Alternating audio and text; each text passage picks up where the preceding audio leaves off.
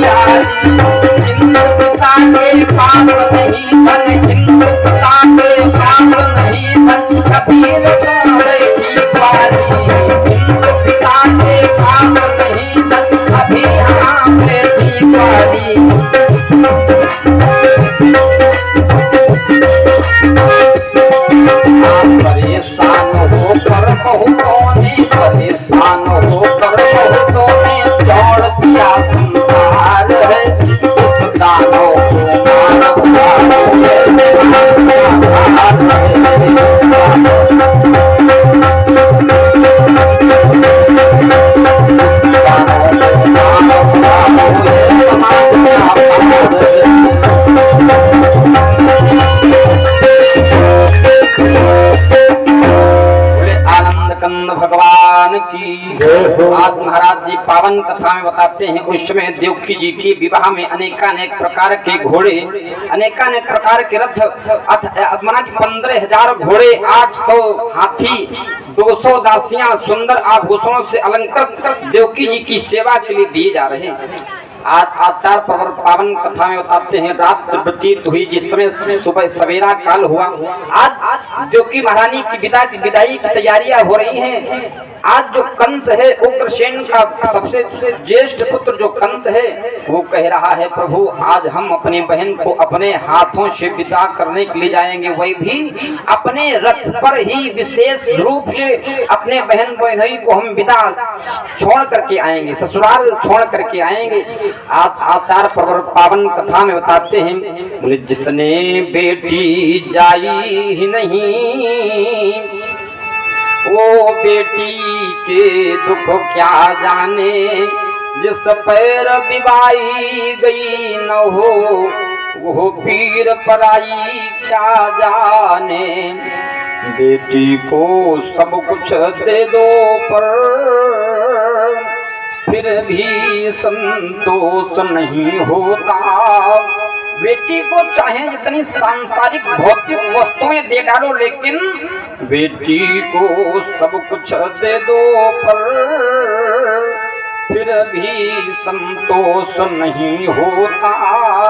बेटी की प्रथम विदाई पर हर पिता यहाँ देखा रोता, जिसने की बेटी विदा नहीं, जिसने की बेटी विदा नहीं, वो दुख विदा का क्या जाने, जिसने बेटी जाई ही नहीं, वो पीर पराई क्या जाने। बेटी की ममता माँ के बिना, ये बेटी का दुख केवल वही जान सकता है जो इस स्थिति से गुजरा होगा। क्यों? महाराज जी पावन कथा में बताते हैं, ना तो बेटी का दुख पिता जान सकता है, ना बेटी का दुख परिवार के लोग जान सकते हैं, ना बेटी का दुख भाई जान सकता है। बेटी की ममता माँ के बिना संसार भला यह क्या जाने, जिसने बेटी जाई ही नहीं, वो पीर पराई क्या जाने। बेटी का ममता केवल माँ ही जान सकती है। जिस समय पिता के घर में पुत्री का जन्म होता है तो पिता सोचता है हमारे घर में लक्ष्मी का आगमन हुआ है, लेकिन जब पुत्री विवाह के योग्य हो जाती है तो पिता सोचता है किसको देंगे, कैसे देंगे, ये निस्दिन रोज सताती चिंता, किसको देंगे, कैसे देंगे, ये निस्दिन रोज सताती चिंता। विदाई, बहनों की विदाई काल का समय बड़ा विशेष हुआ करता है। आज महाराज जी पावन कथा में बताते हैं, महाराज जो ज्येष्ठ पुत्र है कंस कह रहा है कि हम अपने बहन बहनोई को अपने सुंदर रथ पर तैयार करके स्वयं भेजने जाएंगे। आज आचार्य प्रवर पावन कथा में बताते हैं, ओम कंसो तुम प्रहिता घोड़ा, कंसो तुम प्रहिता घोड़ा, रथेन आरूढ़ा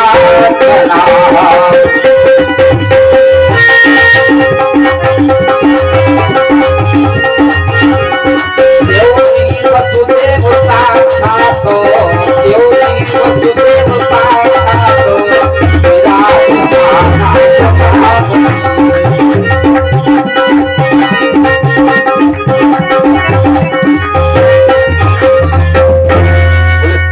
भागवत महापुराण की।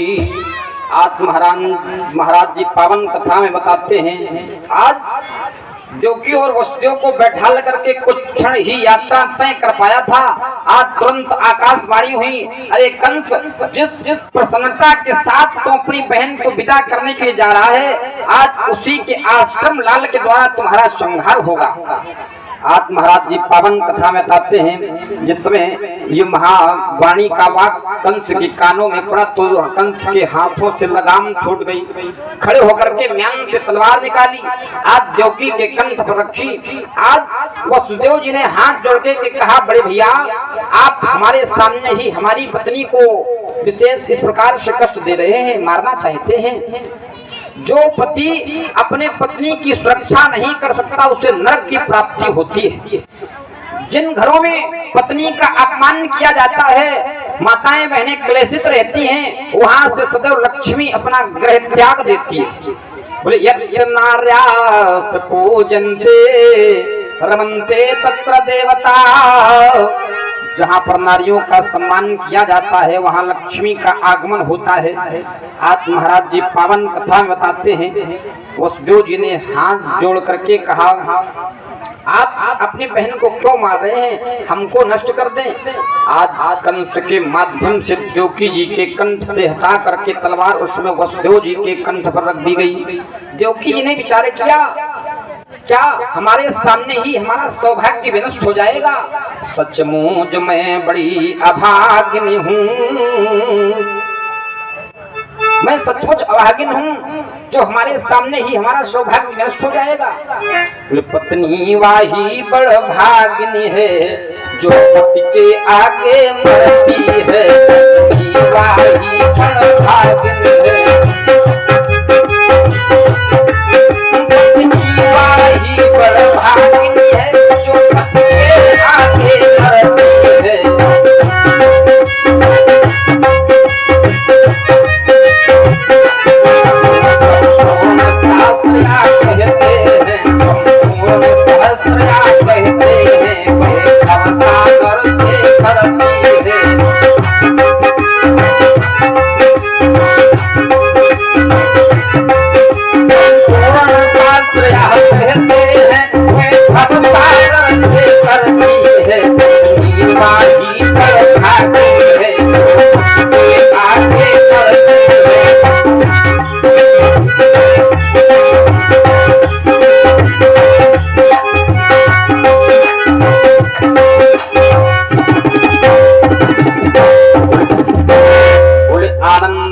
भगवान की।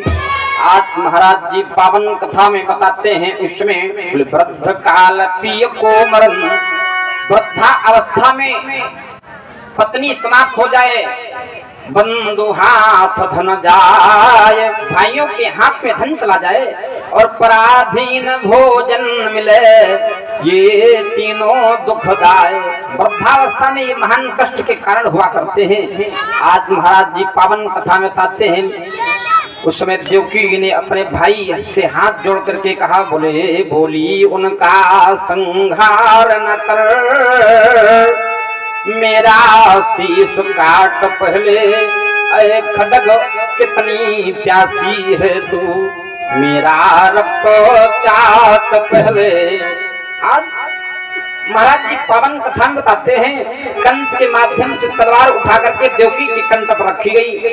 महाराज जी कहते हैं उस समय वसुदेव ने वहां पर कंस के सामने वचनबद्ध हुए हैं, अरे भैया आप मारे नहीं, जो भी हमारी संतान होगी प्रत्येक संतान को मैं संकल्पित पूर्वक तुम्हें देता रहूंगा, आप उनका संहार करते रहना।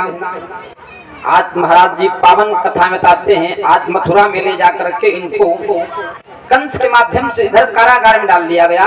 उग्रसेन को पता चला, सम्राट को, वहां मथुरा के राजा हैं उग्रसेन जी को, जिस समय कंस के पिताजी को पता चला कि देवकी के साथ ये व्यवहार किया गया है, आज कंस का विरोध जिस समय उग्रसेन राजा के माध्यम से किया गया, आज कंस ने उनका भी अपमान करके और स्वयं राज सिंहासन पर जा बैठे और उग्रसेन जी को बंदी बना करके कारागार में डाल दिया गया। देखो संसार क्या है, संसार कारागार है और परमात्मा क्या है, परमात्मा उसका जेलर है और हम सब कैदी। संसार कारागार है, परमात्मा जेलर है, हम सब कैदी हैं। किस प्रकार? बरबस जीव सुबस भगवंता,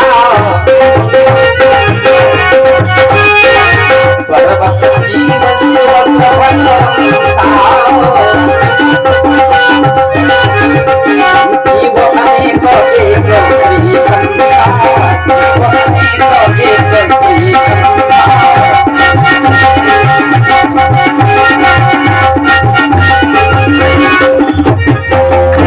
बोले आनंद कंद भगवान की, बोले वृंदावन बिहारी लाल की।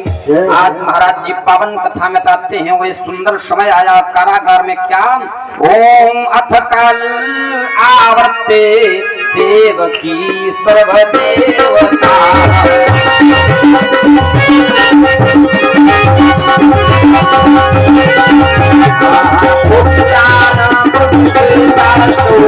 कन्या दैवावत